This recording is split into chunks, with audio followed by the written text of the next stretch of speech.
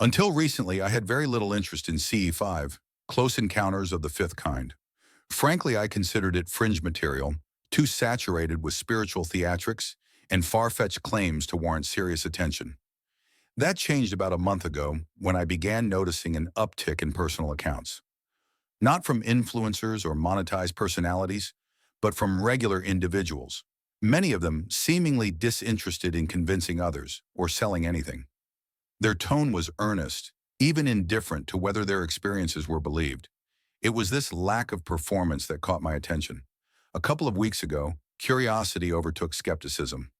I decided to give CE5 a try.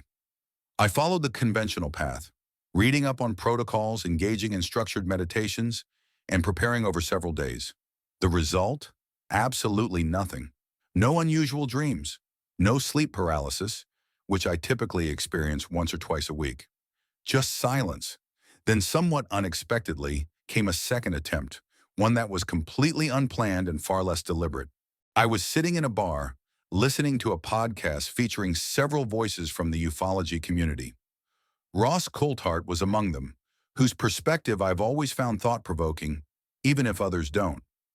For reasons I can't fully articulate, something about the conversation reawakened my interest. I stepped outside for a cigarette, and rather than following any CE5 protocol, I did something entirely different. I disregarded everything I had read.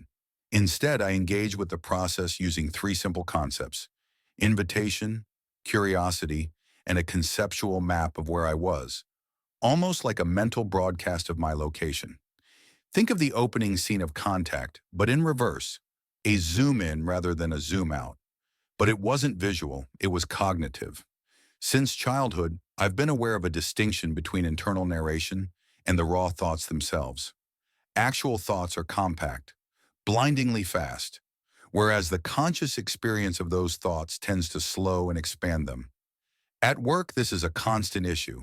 Concepts that are crisp and clear in my mind become pages of unwieldy explanation when written down. During this moment, I focused on compressing the thoughts, avoiding the narrating mind altogether. I repeated the three concepts: invitation, curiosity, and map, until I reached a distilled form of each.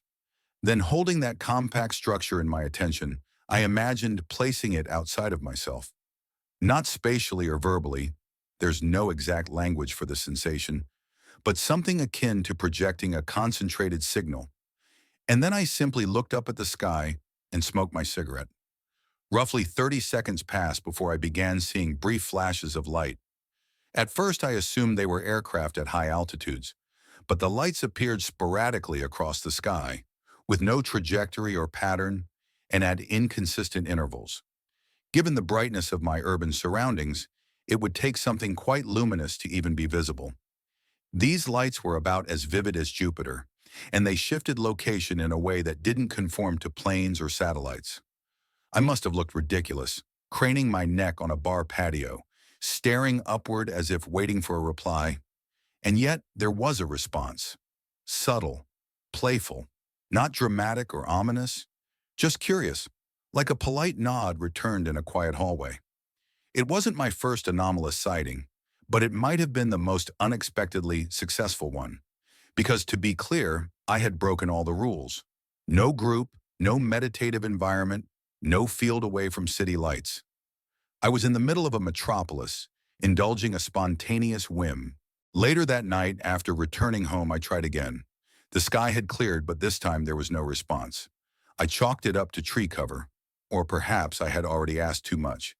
Maybe expecting two replies in one night was a breach of etiquette. Now, lying in bed after a few beers, I find myself unsure of what to make of the event. A part of me resists accepting that anything unusual happened. But that part is why I'm writing this. Documenting the moment helps affirm that it did happen, and that it disrupted something in my thinking. Not radically, just enough to make me pause. I remain unsure what CE5 really is, and whether there's any framework to explain what I saw. But I'm also aware that my experience didn't follow any known methodology. I simply approached it from a place of curiosity, openness, and simplicity, and still received something in return. Perhaps others have tried similar approaches, perhaps not. I'm open to learning more. But even if nothing comes of it, that moment, quiet and as strange as it was, has taken root in me. And for now, that's enough.